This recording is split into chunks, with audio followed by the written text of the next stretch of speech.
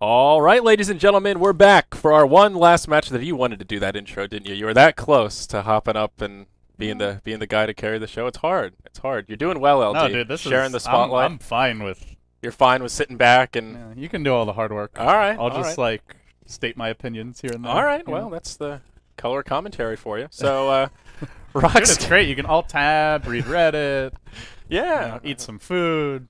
Checking Twitter. The play-by-play casting's the hard part. Yeah. I'm yeah. happy with this. The camera is the real hard part. I gotta actually focus and Yeah. focus. So we've got RoX.KIS versus eHug. One game left today. The best of one, but this is actually maybe the biggest match of today because the loser of this match is going home. They are going home. Now, I think the story for this series is that Goblak was not playing in the first match for RoX.KIS. They dropped down to the losers bracket. It was a best of one. They didn't look that good, but best of one. A lot of it comes down to the draft. And who better to mastermind your draft in a new version when creativity is called for than Goblak? Yeah. Back in the saddle here. I gotta say, just because Goblak's playing, it is US East. eHug won the coin toss, so they get to choose server.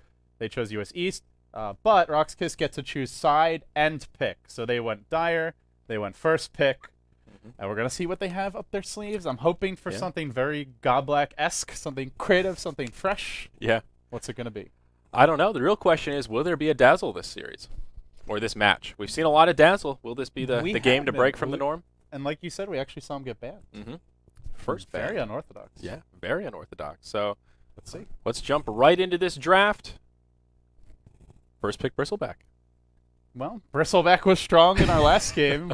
And, I mean, sure the was. lanes were really bad for speed. But he's a strong hero, and he's kind of in that nice little niche right now that seems to be the most successful, where you scale pretty well with items, your laning stage is very strong, you're hard to kill, you can fight early, you can farm reasonably well. Like, he's kind of a nice, well-balanced hero. It seems like, for the most part, heroes that are balanced, like, in terms of they can do a little bit of everything, are stronger, whereas, you know, like, hard carries aren't that strong, like, Right. you know, extremely early game lineups aren't particularly strong right now. It's, you know, heroes like Timbersaw, Bristleback, Mirana, Luna. These seem to be the heroes that are strongest right now. But it's hard to say. 6.0, it's very early. A lot of things could change. Yeah.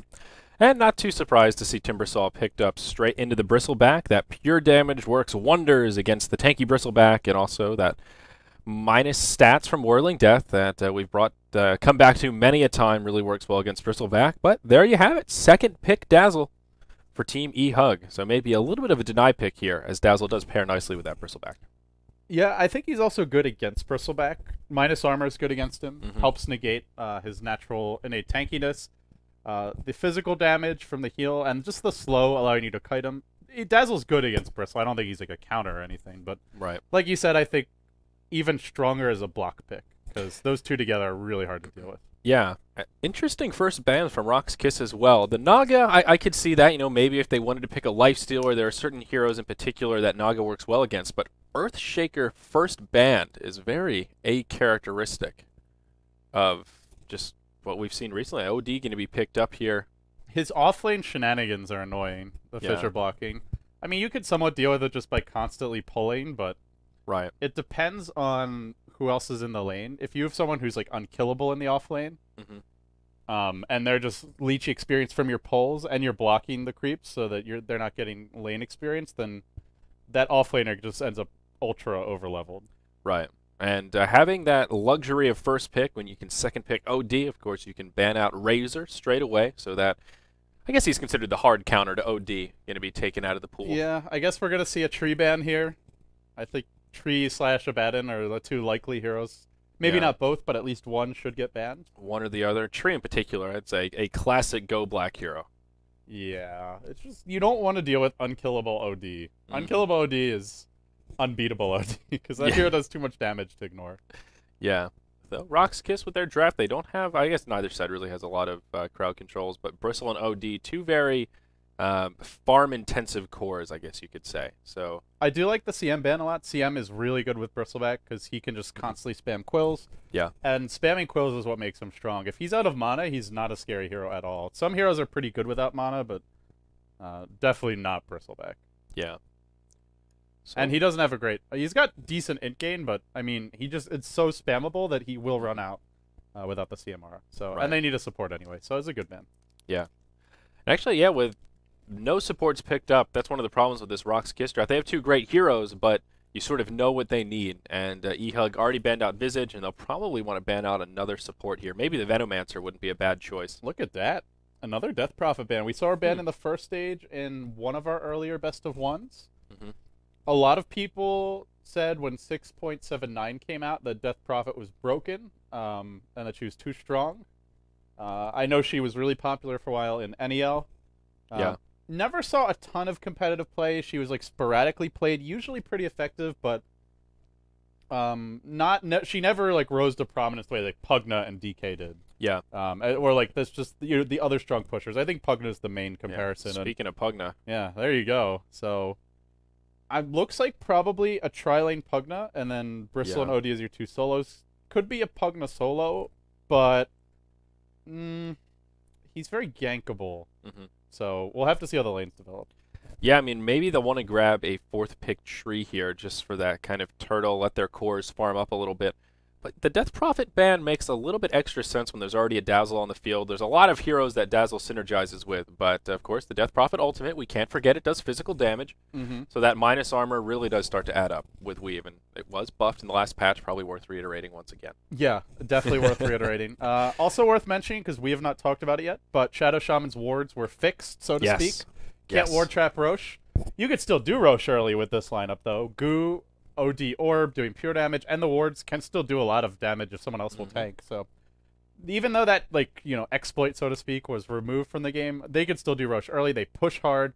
It's a greedier draft, though. Fairly level and farm-dependent lineup across the board. Even Shadow Shaman needs quite a bit. Yep. And so that's where an Enchantress could run this team over in the laning stage. So they're very vulnerable, I think. A lot of squishy heroes, particularly the Pugna and Shadow Shaman. But if they get through the laning stage and tag, they're in really good shape come mid-game. Yeah.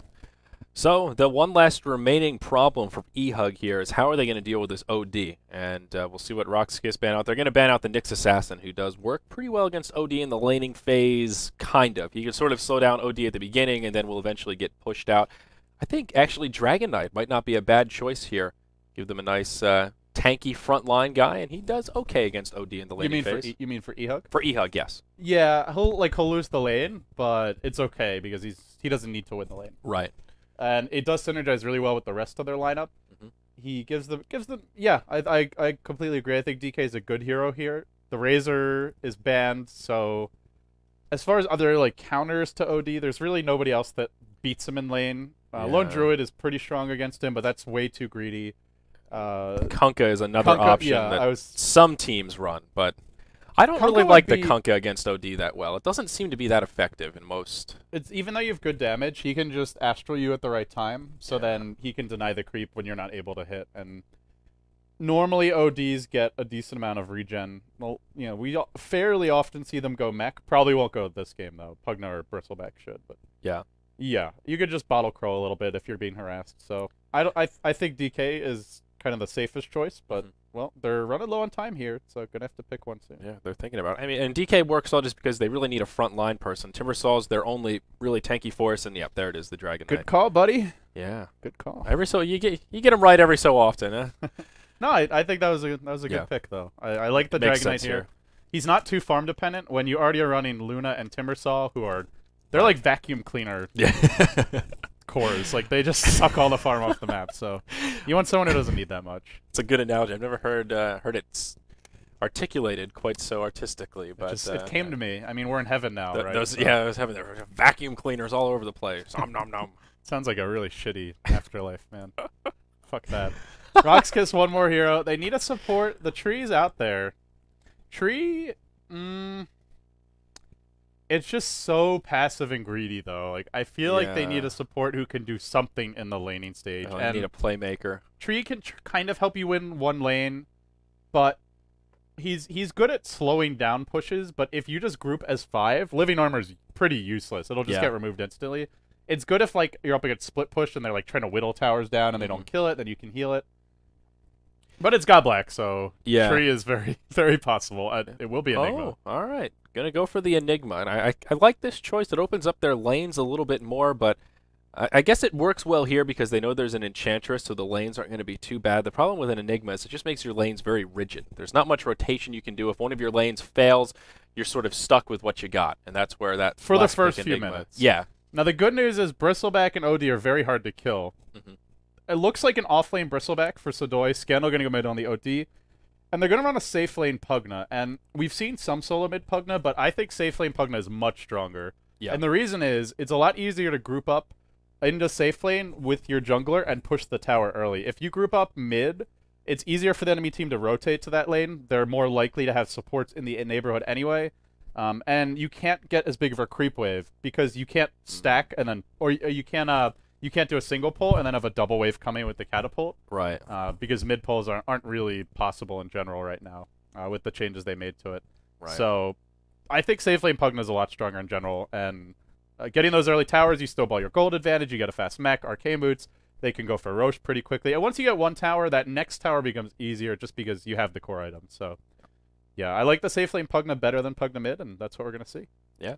I'm admiring the MSS Luna cosmetics here, and that is one awesome looking Luna. It's sort of like you can actually see what they are. Yeah. If you click on the little that headpiece, the corrupted cowl of the cold hunt. Dude, that's intense.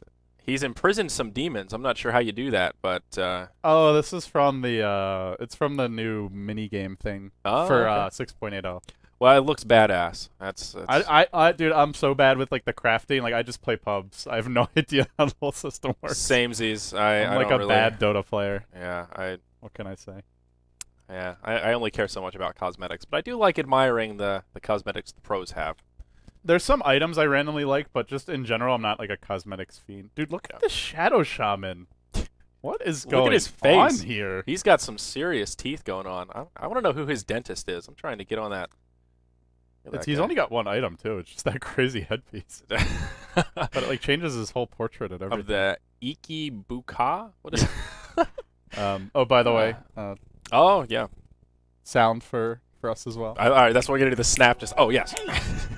We need to work on our hand signals. I need to work on remembering to turn not on the mute sound. Dota. Yeah, or you could just turn on the sound. That's you my idiot. bad. That's my fail. Idiot. So no, it's okay. Idiot. You're so stupid. So all right, let's look at these lanes here. DK OD mid. No big surprise about it. Looks like it will be sort of the safe lane tri lanes on both sides. And I use tri lane loosely, as of course there are a couple of junglers here.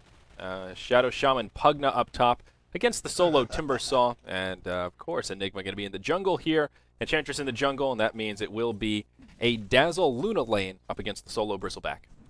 Yeah, Luna safe lanes, I would say, are pretty good in general against Bristleback because you get a lot of extra physical damage from, having Luna +2 with the aura. So I'd say one of the better carries to try and deal with them in the laning stage. They could actually kill Bristle with the right creeps on this Enchantress. So far, does not have the right ones, though. Satyr Tormentor and the Clap, really not a good combo. Top lane, though. Could be maybe not our first blood, but Cakes is taking a lot of damage. Oh, yep. And Decrepify is actually really good against Timbersaw. Normally he can just rely on his armor to tank, but not going to help you against magic damage. And here comes the wraparound bottom. If they get a clap, no, MSS isn't going to go for it. So yeah, Sodoi just if he's not going to go for that, then they shouldn't be. It should just be Pandago Harassium, and they should just be farming in the jungle. But they actually want to go push. I don't think they can actually push that far. He can just aggro the creeps off the tower. They might be able to Lucent Beam him. Oh god. We'll have to see. A little too loud. But they're grouping up as 3 right now. I want to try and draw the creep aggro off of it. They do force out a glyph. He's got quills available. Has to be a bit careful if they Lucent Beam into a clap, into a dazzle slow, which actually they don't have, so he really could defend this, but I don't think he realizes it. So they'll take a really fast tier 1 unopposed, it looks like. He's not even going to try to contest. Yeah, eHug off to a nice aggressive start. That Enchantress coming in handy already. MSS going to find a little gold pick-me-up, and that'll also help DK in the mid lane. As we would expect, he is struggling in CS. 8-1 against the 14-7 OD. It's a pretty standard spread, I think, for this matchup. Even though RoX.KIS gives up that tower, though, they're AFK farming on their Enigma, and already he's level 3. What is it, like halfway? Almost hitting level 4 at 3 minutes. So yeah, very efficient start for him, and he's already got Soul Ring. They're making it up elsewhere on the map. The OD's winning mid. They'll be able to push this tier 1 top later anyway, once Enigma comes out of the jungle. And Bristle gets a lot of levels, so taking a tier 1 that early It's a really dicey proposition. If you can use the gold to snowball your advantage, it can be effective, but normally what you see teams do is wait until they can take 2 towers. So wait until they're like 5-6 minutes in, Luna has Eclipse, or at least level 3 Lucent Beam. They've got, you know, a few more levels on the Dazzle, like at least a point in Poison Touch. They can maybe go for a First Blood as well. It could be too early, and it could come back to hurt them. But so far, it's okay. I'd say it's pretty even. Yeah, not too bad. Small spike in the gold graph, but and experience going slightly the other way. Yeah, nothing too crazy. Dazzle doing a much more passive build here. No points in Poison Touch. At level 3, going to go 0-1-2. So 2 points in the Shadow Wave, and of course a point in Shallow Grave for good measure. And looks like they're just going to be off to the races in terms of pushing here. They've got another big creep wave. They could troll trap him. Yeah, and they've got the Alpha Wolf as well as the Dark Troll, so they've got these little skeleton warriors. This is a pretty solid array of creeps. Top Rune, Ryu was thinking about going for it, but Scandal can just dash and grab it.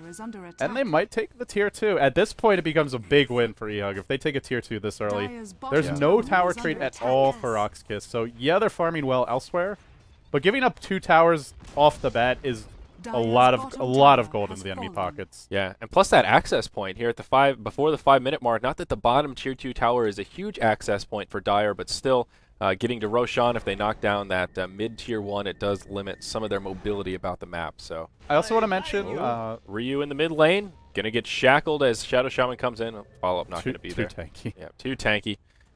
DK mid. I do want to mention that RoX.KIS, or sorry, eHug actually sentry warded the Ancients.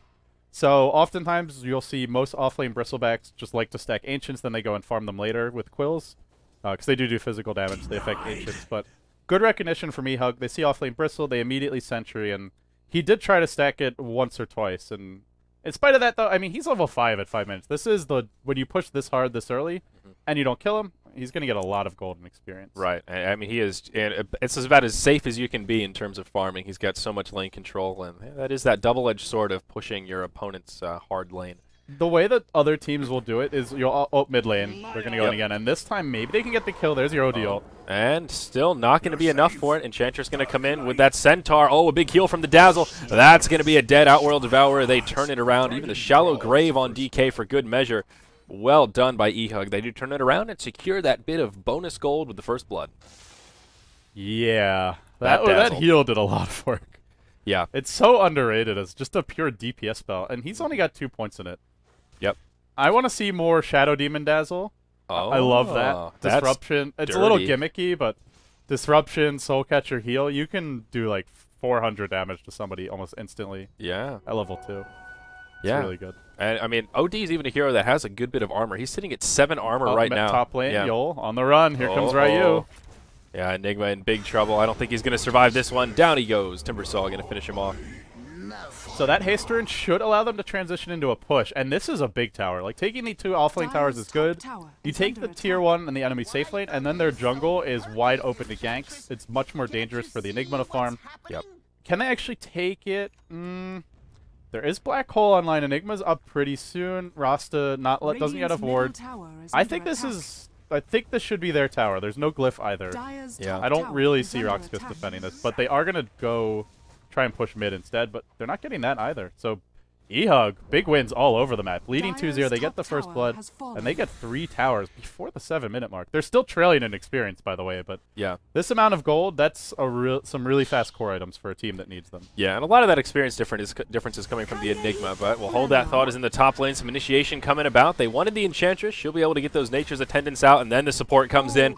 Now Shadow Shaman going to be the first to fall. Pugna going to go down shortly after, it looks like. Timber Chain going to be a little bit short, but yeah, not going to happen, Pugna. A noble effort, but see you later. So, yeah, now going to be 4-0 here in total hero kills. eHug starting to run away with it.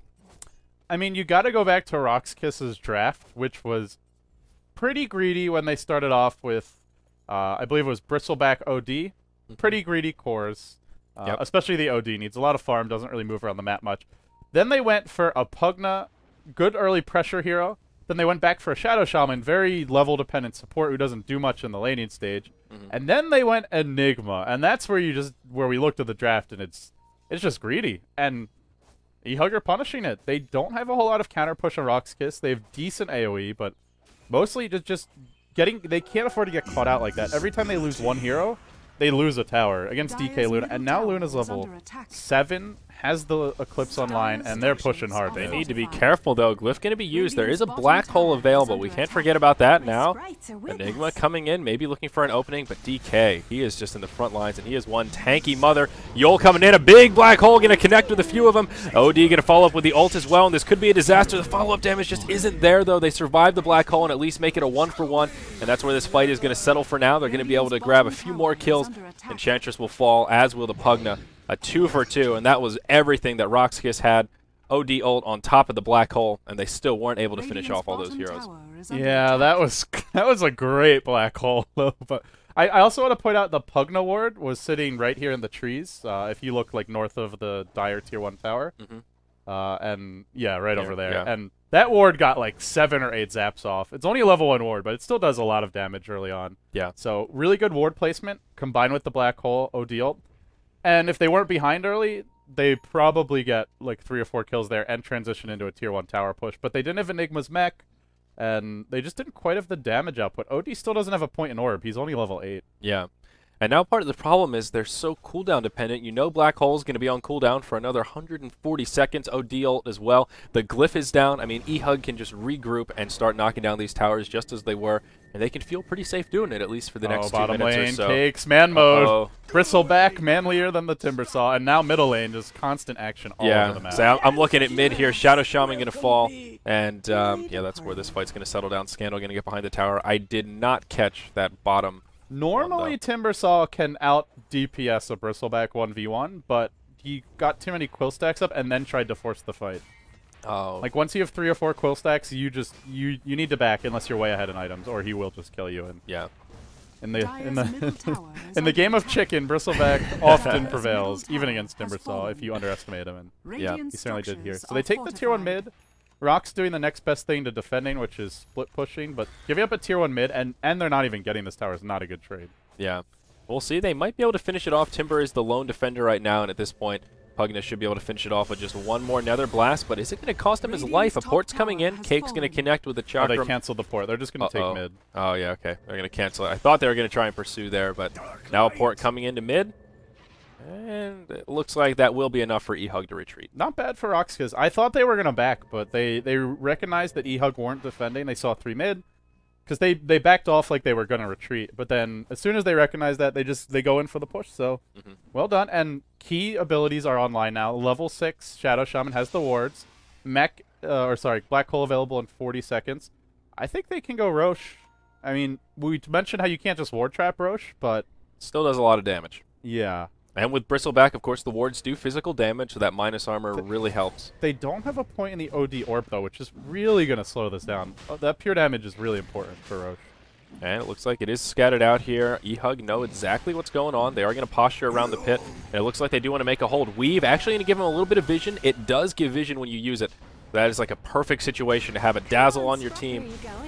And they're going to go for it. Mech going to get popped by RoX.KIS to start off this fight. Another really good ward that's doing a lot of work on the backside. Yeah. But Black Hole now online. No mech, though. Roche is not low enough to easily claim. I don't think either team, whoever goes into the pit, is probably going to get wrecked. Yeah, I can't imagine. That's kind of how I'm feeling right now. I can't imagine eHug want to move into the pit knowing that there's a potential black hole and most likely an OD ult. Of course, it is off cooldown. Wards do splash damage as well. Rasta's Mass Serpent Ward, they have like a tiny AoE splash. Yep. So if you black hole and then drop the wards right on top, you can be splashing all over their entire team, but here comes the fight. Another weave, again going to scout it out. Scandal going to be the one to get caught. That's going to be a dead OD to start off this fight. And now RoX.KIS going to be in big trouble. Sadoy going to take a whirling death to the face. Now the wards come down. Buyback from OD. Yep, OD going to be back, and there's also a grave out on the Timbersaw. He's stuck in no man's land, and he will fall. So it is going to be a 1-for-1. But they win outside the pit. That really hurts. They can try to rush, but it's still kind of risky with no wards here. They do have OD ult and Black Hole, though, so they may just be able to run over. They're going to try and go for it. We see Dragonite trying to buy as much time as possible. There's Eclipse. Going to get thrown into the Astral. Heal coming out from Dazzle. They're trying to finish off this Dragonite. Luna needs to find an opening here, and maybe this is it. There's the Eclipse coming in. That'll be the end of Sadoy. And all right, going to be able to finish off the Bristleback. Not a bad Eclipse. It is still only level 1. Roche is still online. There's still OD ult. The wards are down. Still Top a black lane's hole. just casually pushing. Bottom lane's casually pushed to the base. If they go to defend, eHug might sneak a Roche on him, and there's... Oh, I don't know. Uh-oh. Sheep needs to be a little careful here. Poison Touch going to come out onto the Pugna. It's only level 1, but still going to slow him down. There's the OD ult. Black Hole. Yol looking for an opening. Oh, not going to find it. That was like a zoning OD ult. Normally you want to use OD ult just to burst somebody when they're in, the kill range, but he just wanted to scare him off and save his teammate. This is a very weird stalemate. Black Hole's online now. Yol could maybe see it. Looks like eHug have had enough. They're just going to move to the mid lane. They want to try and knock down this tier 2 tower. Glyph available for RoX.KIS. They're just going to back out. Such a delicate dance for both teams. Yeah. It's like somebody just go in, be a man, and fight. We want blood. We want blood. Dazzle going to connect with a 4-man weave here, so that lack of armor could be the opening that they've been looking for. Perhaps not. Pandego weave doing is a good really job. Strong now. Yeah. 24 seconds. Minus 12 armor on this bristleback. Minus 14 armor. 15 armor. He's not tanky at all. It adds up pretty quick. And well, it's okay, I guess what is this game? It's just been 5v5 constantly 5v5 all mid. 5 minutes. RoX.KIS are all in defending this tier 2 tower mid, and eHug seem pretty comfortable just stalemated here. I mean, nobody's farming right now, and I guess it's beneficial for eHug because Luna is the leading farmer by a pretty large margin, so they're still in okay shape. It's not like RoX.KIS have somebody pocket farming in another lane or something. One bad fight from either team is going to give Roche away, and the game could just fall, especially if eHug lose a fight. And now the Shadow Shaman wards are back. They have Black Hole. They don't have OD ult, but I think with the wards, if they just drop the wards in the pit, it's going to be really hard for eHug to take this fight. No Eclipse for 30 seconds. I don't know if they can contest. This is going to be hard. Another weave going to catch all 5 of RoX.KIS. That is something to be intimidated by. And it will be enough to... Luna's pushing top. They're just slowly getting chipped away at here. Yeah. They need to be a little bit careful, though. Luna does have a port, and there is that tier 1 available still in the mid lane, so Luna is relatively nearby in terms of that access point. They're going to force the Glyph out. This tier 2 in the mid lane is going to be destined to fall. It's like Pugna just going to go for the deny here. And Luna's going to take a tier 2 top. That's 2 tier 2. Sure, one of them denied, but a lot of map control gone. And I think at long last we may have a fight with Sedoy on the run. They're in pursuit. RoX.KIS, I thought they had the better position here, but they're going to lose the towers. Now Sedoy going to be engaged on. The Astral comes out. That will keep him alive. The OD ult as well, but everyone's going to get picked right back up. Compliments of that mech on the Enchantress. Now Dragon Knight going to be the target of choice, but Luna's going to be on the high ground. She's just a couple of creeps from level 11. There's the Black Hole coming out from Yol. The ward's on top of as well to be enough to finish off the Dragon Knight as well as the Timber Saw, but the fight's not over quite yet. Luna still not going to make her entrance into the engage. Sheep going to use those Nature's Attendants. Dazzle gave him the shallow grave, and now Pandego is going to eat it. So eHug, they got the 2 towers, but now it will be a 3-0, and that should be the Roche going the way of RoX.KIS. The Luna, like you mentioned, MSS was almost level 11 and clearly wanted to get it before the fight. You go from 4 beams to 7. Or, sorry, 4 to 7. Yep. It's 4 to 8 with the Scepter. That's a big increase in DPS, but this team was not on the same page, because if he's doing that, they should be waiting for him to come in, not forcing the fight. Can they still contest this? Roche is not falling that quickly. OD with a potent orb. Oh, this Luna could do a lot of work. They could actually contest it, but they don't have the vision. Where's the Dazzle ult? Oh, they're going to go in. Roche very low. Who's going to finish him off? Roche going to be killed by the Radiant side. It is going to get sniped, and Timbersaw going to be the one to grab the Aegis, so eHug going to come out the victors here. I don't know if they're going to be able to get a cleanup kill, maybe on this Pugna. Sheep needs to be a little careful, but they will clean it up. Well done by eHug. They made it in just in that little sliver of time, and they got both the Roche and the Aegis. Huge turn of events. Really nice positioning from MSS. Cakes runs into the pit, and he just sits on the high ground, out of harm's way. They can't stun him. They can't disable him. He ensures he gets off the Eclipse, and between the Timbersaw and the Luna, there was just no chance in hell RoX.KIS would take that fight. Enigma wasn't there for it until way too late. And well, on that note, they lose the Aegis, they lose the Roche, they might lose Rax as well. Yeah. This is really bad. eHug, I mean, it looked bad for them after the mid-fight, but RoX.KIS are just so damn insistent on taking Roche. You just need to chill, man. Yeah, I thought they'd be able to take him down a little bit more quickly. If they had the Rost Awards, it would have been a little different. But now that tier 3 in the bottom lane is going to fall. Sheep actually going to get ward trapped here. The Grave comes out right away, but he might survive. Nope, that life drain going to be just a bit too much. Sedoy poking his head out, maybe going to overstep his bounds. RoX.KIS kind of in retreat mode here as eHug are just continuing to man up. Shadow Shaman going to fall. Cakes has not a fear in the world right now with that Blade Mail turned on. Going to walk right into the Rost Awards. RoX.KIS still with 4 live, but all of them pretty much in red health at this point. eHug can just back. They don't really need to fight right now. They have the Aegis. They'll have it for a few more minutes. And I mean, look at the gold graph. 10,000 gold. 7-1 in total tower count right now. And it's only 18 minutes in. I don't know what's going. RoX.KIS were so insistent on taking that Roche, and sure, their lineup's good at taking Roche, and they have late game. Their lineup is very strong late game. It's not like eHug clearly outclasses them, and they're running like an all-in push strat. Yeah. OD's really good late. Bristle's really good late. Netherward is ridiculously good late, especially against heroes like Enchantress and Timbersaw. So they just gave up too much. They could have just had somebody farming top. Their dire side, they will have a good position to contest the Roche if eHug goes in. But it's like they just made up their minds. We have to Roche right now. Yeah. We can't do anything but Roche. And they were just too single-minded, and eHug punished them. And eHug playing really well right now. This could be their first major win. I mean, they beat Take 5, but yeah, you know, I think RoX.KIS, everyone would agree, is quite a legit opponent to take down. And yeah, they're well on their way. Not out of the woods yet, but looking good. Yeah. MSS is starting to get a little bit out of control. If you look at that net worth chart, he is doubling the leading farmer of RoX.KIS, who is Pugnet about 5.5k, and Luna sitting pretty at 11,000 net worth here. Already has the BKB up and Helm of the Dominator and another 3,000 gold to her name. So we'll see what item he wants to go for next. Very well could be a Yasha into a Manta. That's a pretty standard Luna build, but maybe could just go straight into the Butterfly if he's pulling up all that gold. Hard to say, but yeah, eHug both very good. Staying aggressive with the smoke, yeah. And they're going to catch Enigma. Oh no, Yol going to walk right into it. He's got no idea, and that is one dead Enigma. Wah, wah, wah. I mean, at this point, like, you just look at the vision for RoX.KIS. After losing that Roche fight, they don't have much map control. So yeah, got one ward outside the Roche pit. It's really dangerous for Yol to be farming in his jungle on his own, and especially when his team's pushing bottom. So yeah, he wanted to back. It was too late, and didn't have a TP. Pays the price. Yep.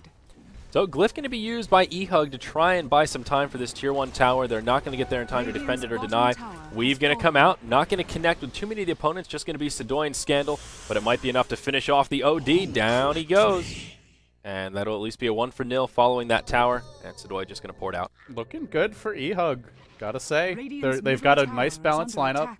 Luna's getting fat. You mentioned not far off of Manta. Once they get Manta, you have Manta and DK, you can really hit the... They've taken all the outer towers. They can start sieging the base. Yep. They already took down the Tier 3 bottom, and in fact, and if they want to just group as 5 and go for the racks, I think they are strong enough to do it, actually. They have all their major cooldowns online, except for DK Ultimate. That is the one thing they're missing. Yeah. And it's pretty important, but I still think they can force it if they want to. Yeah. Enigma has now picked up his Blink Dagger, which is a step in the right direction for RoX.KIS. With this kind of setup there, I don't want to count them out until they're at least a couple lanes of racks down, because they can still make that amazing hold if they stack the Rost Awards on top of the Sanity's Eclipse, on top of a Black Hole. That's a lot of damage if they can coordinate it right. Of course, that will require eHug to be a little bit clumped up in rather poor positioning, but still possible nonetheless. But yeah, this OD is just really poor, though. He's got 4 staff and shreds, and that's it at 22 minutes in. Yeah. Scandal sitting at 5k net worth. He's the second lowest in the game as OD versus DK mid. Yeah. Like, normally you get that matchup, you just free formulate. He's got 60 CS. OD doesn't like playing games where it's 5v5 constantly from, like, the... what was it? Like, the 12-minute mark or the 10-minute mark? Yeah. Something like that. About right. I mean, he's got, like, 3 CS a minute, and obviously Scandal's a good farmer, but the way the tempo developed, RoX.KIS just... They put so many eggs in the Roche basket, and when they lost the Aegis and the team fight and the Roche, it's... Yeah, that hurt. And now they're really far behind. It's not looking good. That's this graph looking like upwards of about 14,000 gold, somewhere about 10,000 experience. Not too shabby here for 22 minutes. And we'll see what eHug want to do. They're already going to do this a little bit more cautiously. They're not going to overcommit. They're taking their time farming up those core items. It looks like Luna is going to go for the Butterfly, as she has now picked up that Eagle Song, and actually pretty darn close to it as well, with 1,800 in the bank. They're smoked up right now, guarding their Ancients, and waiting perhaps for... And there's a BKB on the DK. That's a... Yeah, Haste Rune as well. And RoX.KIS are smoking right into this. Oh, this could be a disaster. Uh-oh. Oh, Rasta going to get caught first. There's the weave to come down. Eclipse going to come out from the Luna. Going to do a fair bit of damage. Yol going to channel a decent black hole. The wards come down on top, but the damage just isn't there. It will be enough to finish off the Dazzle. The Enigma has now fallen. And did Rasta buy back straight away? I don't think it matters. No. They're just getting run over. 3 heroes dead. Yeah. Make it 4. It's going to be 5 if they get Scandal. Ay, ay, ay. It's a train wreck for RoX.KIS at this point. Yeah. Down 15k gold, 12k experience. They just had no chance of winning that fight. And that was another really good black hole from Yol, but they just don't have the damage. Yep, the follow-up. The wards were right on top of it. Everybody was spamming their nukes. They dropped the OD ult. It just doesn't matter. Yep. They're too tanky. And they go straight towards bottom, expose racks. I think they could just take these racks and, yeah, not going to die for the kill. Yeah, Smart play from eHug. And part of the problem, too, if you look at the levels, Rasta is level 8, the only one to not have a level 2 ultimate. So those wards not even really hitting that hard at this point in the game. They're diving cakes, but he's tanky. Yep, and now Rasta just going to get turned around on. He is going to get saved by Pugna. Compliments of that to Crepify, but it won't be enough. Chakram going to help tick him down. Life Drain on the Dragon Knight, doing a fair bit of work, but they just have too much sustain between the Nature's Attendants and that Shadow Wave. It's still a 5v4 on the field. All the big cooldowns are down on both sides. Now Sadoy going to get picked off. It's just a massacre, and I don't think we're too far off at GG. Dazzle Dota. Dude, Dazzle Dota, like best Dota. This hit, like, nobody dies. Everyone keeps on healing.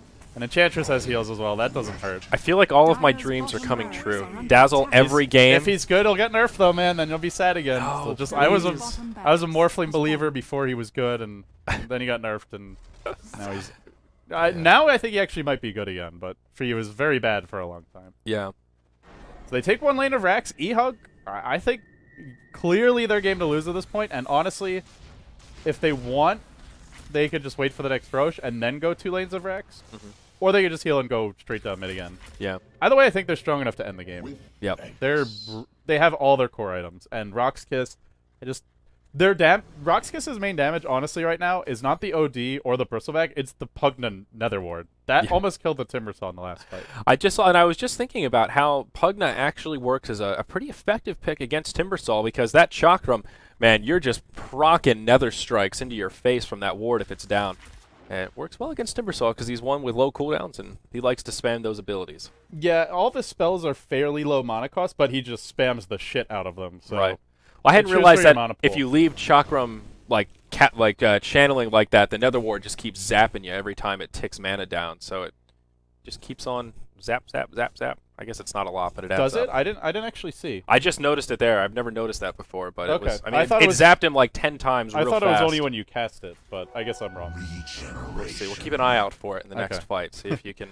He's really good against him either way. Like even if it only does it once, he's still doing. He's using so much mana. Fair enough. And the magic damage is much better against Timbersaw because reactive armor makes right-clicking him somewhat futile. Yeah, very true. They're wrapping around mid. Yep. Uh-oh. Upwards of a 20,000 gold lead here, but they are going to engage on the Dragon Knight, going to poke forward. And there's that shallow grave to help keep him alive. They'll turn it around on the Shadow Shaman. Now they're going to poke forward, and it looks like this Pugna going to be in big trouble. The defensive Astral will buy him some time, but now Scandal going to be the target. The Crepify going to buy him even more time, but not enough. That OT ult didn't even damage him. Oh, Cakes. He's like immune to damage at this point. That's 4 dead. That's probably Rax. They still have Eclipse. Luna's got Butterfly. They're going to break the base here. And eHug looks like they stay alive, and RoX.KIS, well, they didn't have the best luck with the coin flips. I'll give them that. It was USDs for both of their matches, but they also just got outplayed in this game. Their draft didn't need to force Roche fights at 10 minutes, and their Dire side, so they gave up a tier 2 top, they gave up a tier 2 mid, and here's your last big black hole. Oh, the 5-man black hole. Wards on top of it. There's the other shock. Unfortunately, though. Oh, man. Still an epic 5-man black hole to finish it off, but poor RoX.KIS. I just a little bit too greedy, perhaps in terms of the draft, but I think also just impatient with the way they executed it. Yeah, it's a little bit late there. It's like midnight. I don't know. Not going to make too many excuses, though. eHug played well. Yeah. They did. An interesting day, sort of the day of upsets. eHug, they lost their first match, but then they did well against RoX.KIS here, and obviously they weren't the favorites coming in. And, of course, we had the amazing Sad Boys coming through. A day of NA Dota. I mean, even Speed's got some North American players. They did well, but Yeah. I mean, Sad Boys, the more North American team, they win, and of course, eHug, they take down RoX.KIS. Right. They stay alive. So, NA Dota looking pretty good today. Yeah. So what do we have coming up tomorrow, LD? Do we have the schedule handy? I can bring it up for you in just 1 second. I had it in my Skype, but it doesn't save the logs, so it's history. So tomorrow we have we start at the same time, 5 p.m. CET, which is 8 a.m. Pacific. 8 a.m. and Pacific, and 11 a.m. Eastern. Eastern if Yep. you're from the U.S. It's Empire versus Sigma. Should be an interesting match. Liquid versus Fnatic. Should be a really interesting match. We have not seen Liquid play outside of that one series versus EG in ages. They're like one of the biggest Enigma teams out there right now. Yep. In terms, how are they going to play 6.80? I don't know, but we'll find out. Yep. And then the winners match and the losers match. So we get through the bottom half of our bracket tomorrow. Same format. Both those matches are best of one. The winners face off in a best of three, and then the losers face off in one final best of one where the loser goes home. So an interesting day, and then after that, Good our day. tournament just continues on, and then after that, we've got winners, more progression in the winners bracket. But a cute little tournament we have here. 6 days of. It's only 6 days. There are some games every day. These first two are the big ones, and then we only have a few games each day after that, but more best of threes and a grand finals that's best of five. Yep. So should be good. And remember, guys, if you want to pick up the ticket, we have 6 broadcaster languages, pretty much every language imaginable: English, French, Spanish, Chinese, Russian. No Korean. No Korean. I'm missing one. I forget. Playgoo! Yeah. So, and of course, you get warriors. You get wards. Wards and a HUD. You get a HUD. It's $8, and it's listed under heroes in the store. So if Right. you want to support a personally funded tournament, of all the tournaments to support, it's not a bad one. Not a bad one. Same thing with CIS Carnage, which I enjoyed a lot as well. Pinky, shout out to him too. But guys, that's going to wrap it up. You can head over to es-prime.com. Check out their website if you want any more information about the event. Of course, I'm LD, and he's Zyori. If you want to follow Zyori, you can follow him at twitter.com/ZyoriTV. He's our newest caster at the studio, but we'll be studio. Yeah, we have a little work to do. This is a temporary setup for those who are wondering. Actually, no, I died and went to heaven, and now I've got we're casting Bob, from the Bob afterlife. Marley next to me. Apparently, Yeah. that's your Bob Marley noise because you have dreads. But yeah, so work in progress. You'll see more hopefully in the next week or two. But for now, that's gonna wrap it up. All right. So we'll see you guys tomorrow, bright and early, 8 o'clock a.m. Pacific, 5 o'clock p.m. CET.